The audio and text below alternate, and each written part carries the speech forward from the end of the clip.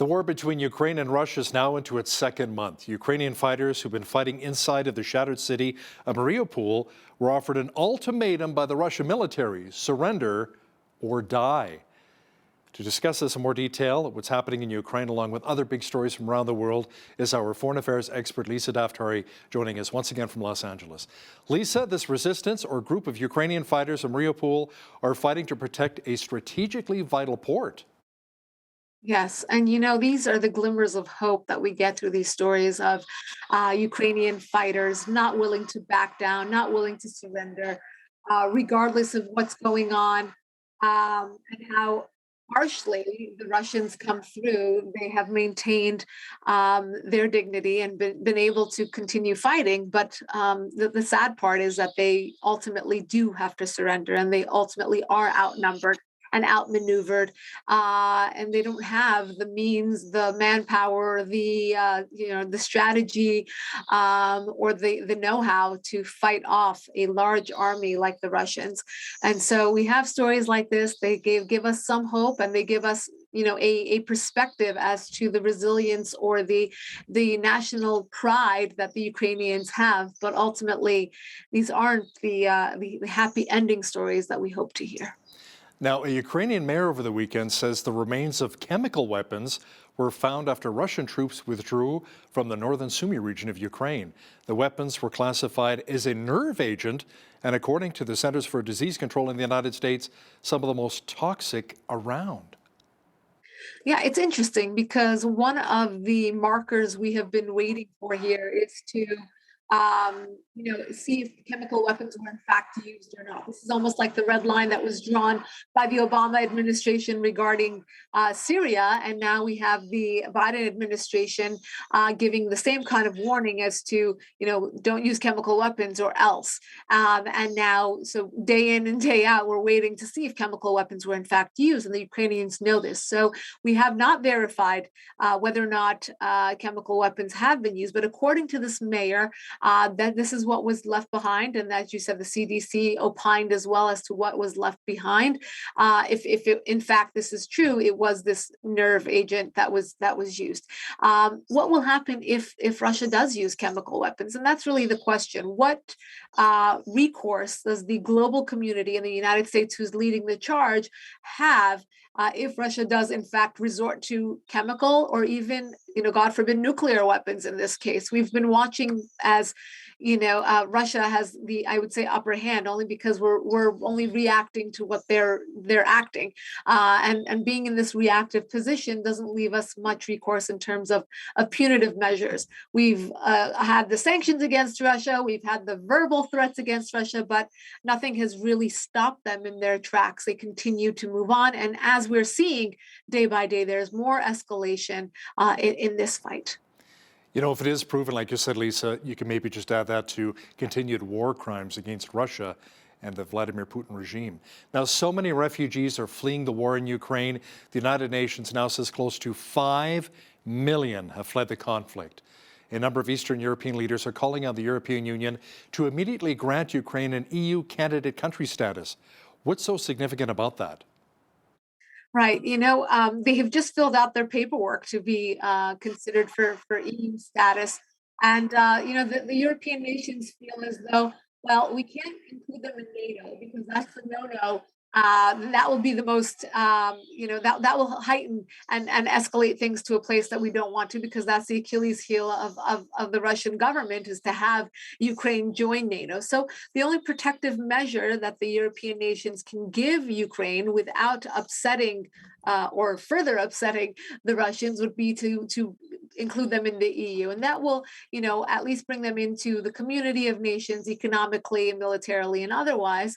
And, with regards to the 5 million number, I mean, it's astounding to look at these up close, the number of children and families being uprooted from their homes. And we don't talk about the side effects of all of this for the European nations that are surrounding Ukraine. As these refugees are moving into Western Europe, we know that Poland has said that they are busting at the seams. They can no longer accept any more refugees because they can't can't absorb them. It's just a matter of logistics, and the numbers are too high for these small European nations to absorb. We know that countries like the United States and Israel have agreed to take in more of refugees. I'm sure there are other nations. I'm sure that Canada as well is included in the list of nations that will be absorbing some of these refugees. 5 million, it's just an astounding number, and it will take a long time before they're settled and well absorbed into their new countries. Has the Biden administration also said how many refugees they would potentially welcome into the United States?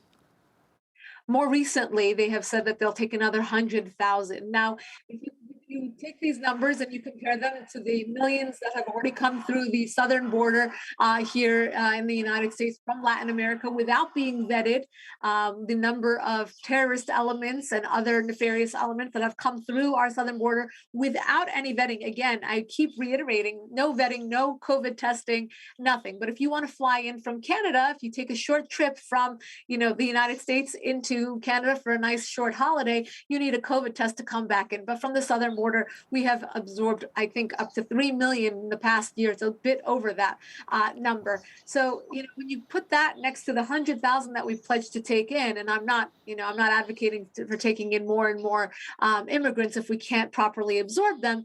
But I just think, to put them side by side, it's a telling number. You have, again, other countries that are much smaller than the United States that are taking in a larger number when you do the side by side comparisons with their population and their ability to absorb these refugees. Lisa, pressure is mounting on U.S. President Joe Biden to visit Ukraine after his administration said it was considering sending a senior official to the embattled country. Now, is that really a good idea with so many volatile regions in Ukraine right now? I could make a joke about this senior official going, so of course, President Biden being the number one choice. But it's interesting, right? Because now they're talking about sending someone over to Ukraine. President Zelensky in Ukraine is extremely happy about this. He said whether or not the president will be safe, well, we know that it's a risk, but that he would really like for President Biden to make a visit and to see what has happened on the ground there. Yes, of course, it would be a very symbolic visit. It would be a very important visit. But we saw how Kamala Harris's trip out to Poland went, and it was not good PR. And we're coming up on midterm elections here. The Democrat Party in the United States trying to clean up its act. I don't know if it would be a good move for them to send over President Biden, who has made so many gaffes and so many mistakes. And I feel badly about his age and the fact that they're calling him senile, and he's making a lot of mistakes that point to that. But I don't know if it would be a good move for the Democrats to send him over. But of course, again, the Ukrainians and many of the cabinet members here in the United States think that if they were going to send a senior member of our government, then it should be the president. We just had Easter, and Passover continues here. Now, there were more clashes at the Temple Mount in Jerusalem's oldest city, Lisa, and there are reports that Iran is promising new support for radicalized Palestinians. This cannot sit well with Israel. Yeah, this is upsetting. Obviously, every year we expect this around this time, but this year in particular, as Ramadan and Passover and Easter collide in one weekend, you have all three religions, which would be a typically beautiful thing, right? To have the major religions of the world celebrating their spring holidays in the same weekend, to show the unity, to show that monotheistic religions do share that common root. And instead, there were clashes at the Temple Mount, fighting, throwing of rocks. I mean, these are observant, so-called observant Muslims who have gone to mosque or gone to the to the area where they make pilgrimage for the holiday of Ramadan, and instead they're taking rocks and throwing them at buses of Jews trying to get into that area, or throwing them at worshipers who are at the wall. It's horrific. And to have the Iranian regime watching on the sidelines and saying, we double down on our financial and military support of the Palestinians who are willing to kill Jews and willing to attack the state of Israel, well, it's very telling of what the money that the United States wants to free up and give the Iranian regime, here we are at the 1 yard line to strike another deal at JCPOA, which is the Iran nuclear deal with the Iranian regime, and free up $90 billion. We know where that money's going. They're saying it out loud. They're saying we will pledge money to these terrorists to kill Jews. And really, it's a wake-up call to the Biden administration as to where this money will go, how Iran has not changed in its behavior or its support of global terrorism, and it's making threats against the United States' biggest ally in the region. And again, they don't flinch. They're just pushing forward and hoping that they get this Iran nuclear deal sooner rather than later. Now, speaking of threats, Lisa, there are more reports that the Islamic State is calling on supporters in Israel to launch more terror attacks. Yeah, this is interesting because we don't hear about ISIS so often anymore, right? So ISIS is on the run, ISIS is dead, ISIS is completely done away with. But now we're seeing ISIS has embedded itself in these terror attacks, or at least trying to claim responsibility for the terror attacks that are happening in Israel. And there's two possibilities here. The first possibility is that they are, in fact, trying to come back onto the scene. And what better way than to join with, terrorists on the ground in Israel, whether it's Hamas or Palestinian Jihad or other, lone wolf actors in Israel. Or secondly, that they just want to gain relevancy again, that they have been, kind of off the grid. And now they're saying, look, we see where the terrorist action is on the map and it's going on in Israel. So why not just say that was us, or say that we want to embed ourselves, or in this case, incite them and say, we encourage you to launch more terror attacks in Israel. It would just bring them back onto the terror scene, give them some street credibility, as they say in the terror world, and perhaps this is a way of launching again ISIS 2.0 and bringing themselves back into relevancy. In a historic first, Israeli Prime Minister Bennett took to Twitter to announce that his country had successfully tested its newest laser interception system called Iron Beam. Now, Lisa, it's a laser beam that can apparently shoot down missiles, rockets, drones, and mortar shells. And the best part, it only costs $3.50 a shot. It couldn't be better, right? Well, the only better scenario here would be that Israel wouldn't need such technology because it wouldn't have to fight off terrorists every day.